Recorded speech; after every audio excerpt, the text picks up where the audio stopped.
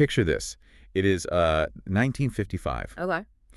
and you are standing on this sun-drenched tarmac in New York. You are holding a ticket for what was, at the time, the absolute pinnacle of luxury in the sky. Right, a seat on Pan American World Airways Flight 914. Exactly. So you climb the stairs, you settle into your plush seat, and you prepare for a really smooth, relaxing 8-hour trip down to Caracas, Venezuela. Sounds pretty great, honestly. Oh, yeah. You enjoy a high-end in-flight meal, maybe a cocktail, and eventually, the hum of the engines just lulls you to sleep. But you do not wake up to the gentle tap of a flight attendant offering you coffee. No, you do not. You wake up to the sound of pure, unadulterated panic coming straight from the cockpit. I mean, the pilot is just shouting over the radio. And then you glance out the window. Right, and the city skyline coming into view below you, it does not look like the 1950s at all. It's totally different. The architecture is completely alien. You've got these massively tall buildings constructed of gleaming glass and steel. I mean, it basically looks like a science fiction novel. Yeah, and the pilot, his voice is trembling, but he manages to hail an air traffic controller down in Caracas. And the controller on the other end is, well, they are utterly bewildered. Right, because they inform your pilot that Pan Am Flight 914 does not exist on today's schedule. Mm-hmm. In fact, that specific flight vanished over the ocean without a trace back in 1955. So the pilot, obviously freaking out, asks the controller for the current year, and the response comes back that it is 1982. Which means you've been missing for 37 years. Yep. And on board, nobody has aged a single day. Your watch hasn't skipped a beat. But down on the ground, nearly 4 decades of human history have just simply evaporated. It is wild. The legend goes that the pilot is completely unable to process the psychological weight of this reality. Right? Yeah, he just refuses to let the passengers disembark. He forces the plane back into the sky, turns away from the runway, and vanishes into the clouds. Never to be seen again. Exactly. It is such an incredibly vivid, chilling scenario. It feels like, I don't know, an unreleased script from the Twilight Zone. And today, the internet just cannot get enough of it. So, for our custom deep dive today, we are going through a whole stack of sources, historical articles, scientific breakdowns, and transcripts from these sprawling online videos that dissect every single angle of this vanished flight. Because it is everywhere online. It really is. So our mission today is to deconstruct this viral aviation legend, separate the actual astrophysics from the absolute fiction, and explore what this bizarre story teaches us about, well, our collective appetite for the bizarre. Sounds good. Okay, so let's unpack this. Before we just dismiss this as just another internet rabbit hole, let's play along for a second. I was looking through the astrophysics papers in our sources, and I have to ask, is it even scientifically possible for an airplane to time travel? Well, surprisingly, yes. Wait, really? Yeah, the underlying physics supporting that idea actually comes straight from Albert Einstein. Okay, I was not expecting Einstein to show up in a ghost flight story. I know, right?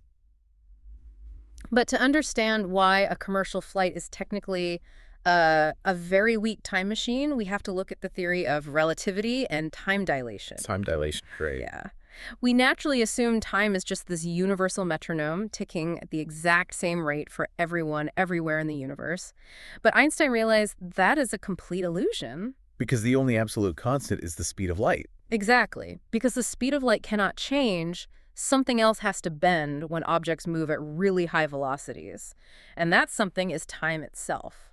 So think of time and speed on an airplane, like a fixed budget. Oh, I like that. You only have so much currency to spend. If you are sitting completely still on your couch, you are spending your entire budget moving forward through time and none of it moving through physical space. Right, you're stationary. But the second you get on an airplane and start cruising at, 500 miles per hour, you are suddenly spending a portion of that fixed budget moving through space. So to balance the ledger, you have slightly less budget to spend moving through time. Which means time actually stretches out for you. It slows down.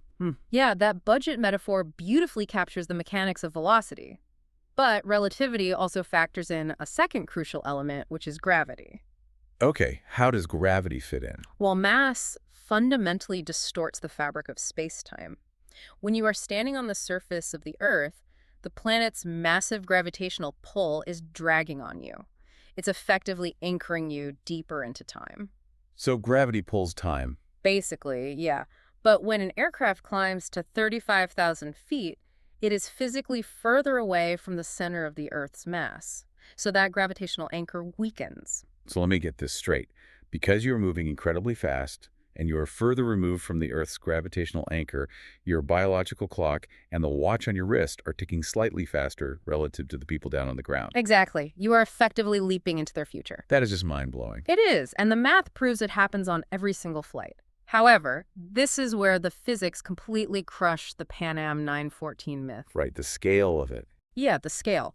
On an average modern commercial flight, the time you gain relative to the ground is about 50 nanoseconds. 50 nanoseconds. Yeah, that is 1.0000005 seconds. Okay, to put that into perspective for you listening, imagine you are executing this massive, multi-million-dollar corporate merger. Millions of dollars are changing hands. Okay.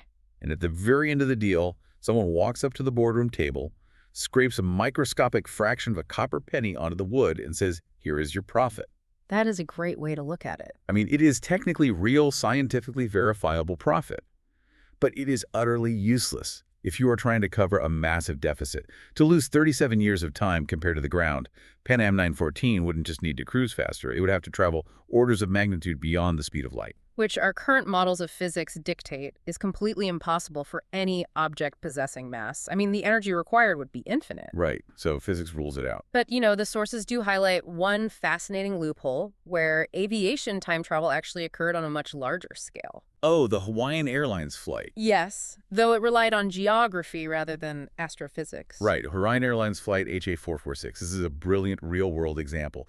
So at the very end of 2017, passengers boarded this flight in Auckland, New Zealand. And because the flight departed shortly after midnight, it was technically New Year's Day, January 1st, 2018. The plane takes off, flies over the Pacific Ocean, and crosses the international dateline. Right. And because of the way time zones are just, arbitrarily drawn across the Pacific, the flight landed in Honolulu, Hawaii before midnight on December 31st, 2017. That is so cool. Those passengers took off in 2018, physically traveled backward on the calendar, and landed in 2017. They got to celebrate New Year's Eve, board a flight, and then celebrate it all over again. It is the closest any human has come to stepping off a plane into the past. But it is just a time zone trick, right? It's a quirk of human administration, not an actual bending of space-time. So since physics absolutely crushes the Pan Am 914 theory, we have to ask, where on Earth did this incredibly specific, highly detailed story actually come from? Well, the trail leads us entirely out of the realm of theoretical physics and directly into the ink-stained sensationalist world of 1980s supermarket tabloids. Oh, wow. Yeah. The story of Pan Am 914 was birthed by a publication called the Weekly World News. The Weekly World News. Right. And to understand how the story got so big, you have to understand the brilliant, albeit cynical, business model behind the paper.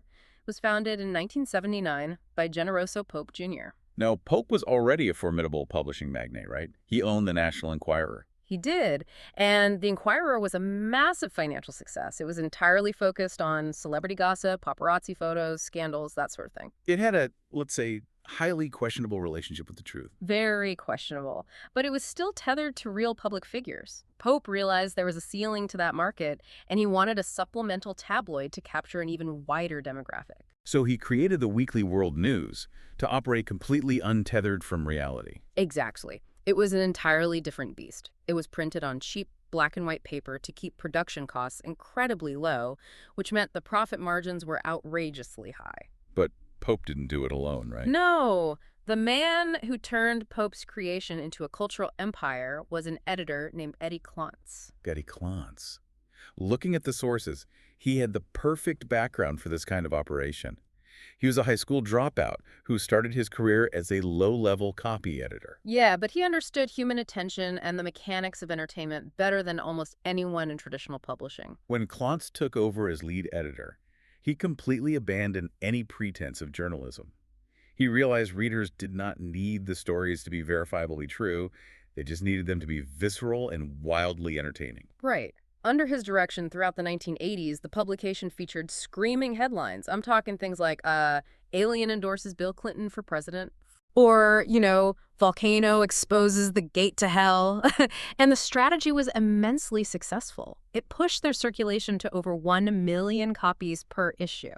But see, looking at the sources, This is where the business model seems totally counterintuitive to me. How so? If over 1 million people walking into a grocery store knew this paper was complete nonsense written by fiction writers, why are they consistently spending their money on it every single week? Yeah. I mean, was this just the 1980s supermarket equivalent of doom scrolling? That's a great question, and it comes down to the absolute genius of Eddie Clance's editorial strategy. They didn't exclusively publish fake stories. They didn't? No, if the entire paper was fiction, it would just be a poorly written comic book. The psychological hook of the Weekly World News was their deliberate blending of absolute absurdity with shocking, legally verifiable reality. So they actually published real news alongside the fiction. That creates a massive cognitive dissonance for the reader. They absolutely did. So interspersed with stories about alien abductions, they would run coverage of, say, Hugzilla. Yeah, an actual verifiably real 800-pound wild pig shot by a farmer in Georgia. Wow. Okay. But they also went into much darker territory. They published highly graphic, authentic details from the autopsy of the notorious serial killer Ted Bundy. Wait, real autopsy details? How did they get those? Well, the Bundy story is particularly illustrative because it had real-world consequences. An employee of the Florida Medical Examiner's Office was actually arrested and charged with stealing classified information to sell those autopsy photos directly to the tabloid. You are kidding. So you have legitimate, legally obtained medical examiner documents sitting on the exact same page as completely fabricated characters. Exactly. You might turn the page from the real Ted Bundy autopsy and immediately read an interview with Father Gabriel Morath, the paper's resident expert on exorcism. Who was entirely invented. Completely fake. Or you would read a column by Ed Anger, a masterfully crafted fake curmudgeon whose official catchphrase was, "Let's pave the stupid rainforests and give school teachers stun guns." The sources mention that Clance personally wrote the Ed Anger columns for years, and the character was so popular they actually compiled his fake columns into published books. Yeah, people would write furious letters to the editor completely believing Ed Anger was a real political commentator. That is hilarious. Yeah. And of course, the pinnacle of this strategy was Bat Boy. Oh, Bat Boy, a half-bat, half-baby juvenile delinquent from the Ozarks who debuted on a 1992 cover bearing his fangs. He endorsed politicians, supposedly ran for governor of California, and even inspired a real off-Broadway musical. There was a song called Hold Me, Bat Boy. It's incredible, but by placing an 800-pound pig and an arrested medical examiner next to Bat Boy and Ed Anger, the tabloid effectively bypassed the reader's critical thinking. Your brain just struggles to categorize the information. It's a psychological trick for you, the reader. It's like a magician's misdirection. Psychologists refer to a phenomenon called source amnesia, right? Yes, source amnesia is key here. When you read a compelling piece of information, your brain stores the thrilling narrative, but eventually forgets the context in which you learned it. Right, over time, you remember the terrifying details of a plane vanishing for 37 years. But you completely forget that you read it directly underneath a story about a bat child running for governor. Your guard drops. Yeah. You begin to rationalize that since the autopsy leak was demonstrably real, perhaps this airline story has a grain of truth. It makes you wonder if the vanishing Pan Am flight is the one other true story hidden in the pile. And that engineered confusion is exactly how the legend of Pan Am Flight 914 was born. It was never a historical event. It was a Weekly World News original fiction, first published in 1985. But a psychological trick requires perfect execution and controlled context. Exactly. So what happens when the architect of that trick walks away? How does a disposable 1985 tabloid article survive to become a high-definition internet conspiracy today? Well, the illusion starts to fracture, which, paradoxically, is what allowed the Pan Am story to escape its original context and mutate. Okay, how did that happen? In 2001, Eddie Clance left the paper, and without his editorial instincts, the publication just lost its creative momentum. The paper got predictable, readers grew bored of seeing Bat Boy recycled for the 50th time, and they thought, I'll just buy a candy bar instead. So circulation plummeted. It did. And to save money and effort, the new editors resorted to incredibly lazy tactics. They began reprinting their old classic stories with only minor tweaks to the text. So the Pan Am 914 story, originally printed in 1985, was dusted off and reprinted as breaking news in 1993, and then again in 1999. Yes. And the laziness was astonishing. They updated the dates in the text to make the 37-year jump seem current. Right. But they completely failed to maintain internal consistency. Across the different print runs in the 80s and 90s, they used entirely different photographs to represent the exact same air traffic controller. Wait, really? Yeah, the man's appearance changed completely depending on which year you bought the paper. That is so sloppy. Yep. But I guess that sloppy editing ultimately didn't matter because the late 90s and early 2000s saw the explosion of the internet. Exactly. The text of the Pan Am article found a brand new, highly uncritical medium: online message boards. Conspiracy buffs began typing out the text of the article and just sharing it everywhere. And this is where the illusory truth effect takes over. Oh, absolutely. Because when the story was stripped of the Weekly World News logo, separated from Bat Boy and the fake exorcists, it suddenly carried the aesthetic of a suppressed, classified news report. It looked real. Yeah, and as it was shared and repeated across countless forums, the repetition bred familiarity. And the human brain naturally interprets familiar information as true. It's a dangerous cycle, and by 2019, the mutation was complete. Massive YouTube channels were publishing highly produced, 7-minute video essays analyzing the quote-unquote mystery. Treating it as a legitimate historical anomaly. Right, and they were barely acknowledging the possibility of a hoax until the very end of the videos. The momentum grew so large that professional fact-checkers finally had to intervene. Enter Snopes. Yep. The investigators at Snopes took on the case to debunk the entire narrative. And they focused heavily on the supposed photographic evidence of the plane landing in Caracas. Right, because the tabloid had published a grainy photo of the time-traveling plane sitting on the tarmac, which the internet had seized upon as proof. Well, Snopes traced that specific image back to its origin, and they proved it was nothing more than a generic stock photograph of a completely different model of airplane. From when? Taken in 1935. It wasn't even a Pan-American airliner. So the entire physical foundation of the story just collapsed. But what is truly fascinating to me is tracking where Eddie Clontz and his writers likely got the inspiration to invent the story in the first place. Because the narrative beats feel incredibly familiar. They do. And the sources outline a very clear pop culture feedback loop here. It is highly probable that the tabloid writers lifted the core premise from an acclaimed 1961 episode of The Twilight Zone. I knew it felt like the Twilight Zone. Yeah. In that episode, a commercial airliner hits a freak atmospheric barrier, travels back to the prehistoric age surrounded by dinosaurs, and then bounces forward in time to the 1939 World's Fair. So we can trace a direct evolutionary line here.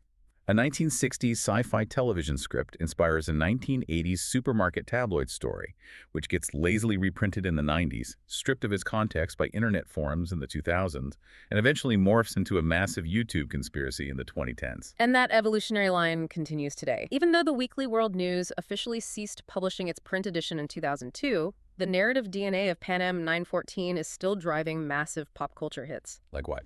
Look at NBC's television show, Manifest. Oh, wow. Manifest is the perfect modern parallel. It really is. For those who haven't seen it, it is a hit network drama about a commercial flight that takes off from Jamaica, hits mysterious turbulence, and lands in the United States, only for the passengers to discover that 5 years have passed. Right, they haven't aged a day, their families have mourned them and moved on. And the plot quickly spirals into deep government conspiracies, psychic powers, all of that. Exactly. The Weekly World News might be defunct, but its bizarre, conspiracy-driven legacy has simply migrated to primetime television. We just have a constant, enduring fascination with the concept of the missing flight. We really do. And we see this echoing in real-world tragedies, too. When Malaysian Airlines Flight 370 tragically disappeared, the desperate public need for answers spawned thousands of theories.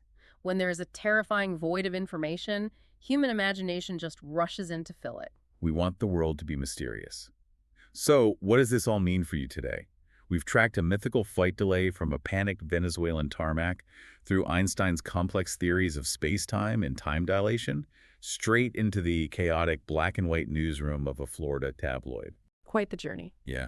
And we've seen how cognitive dissonance, source amnesia, and the illusory truth effect turned a lazy reprint into a modern internet conspiracy.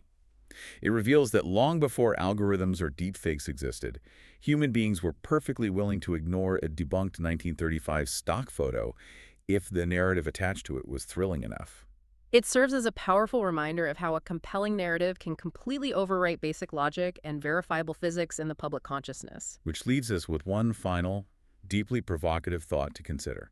Our sources mention that when the Pan Am 914 story hit the internet, people did not just passively share it.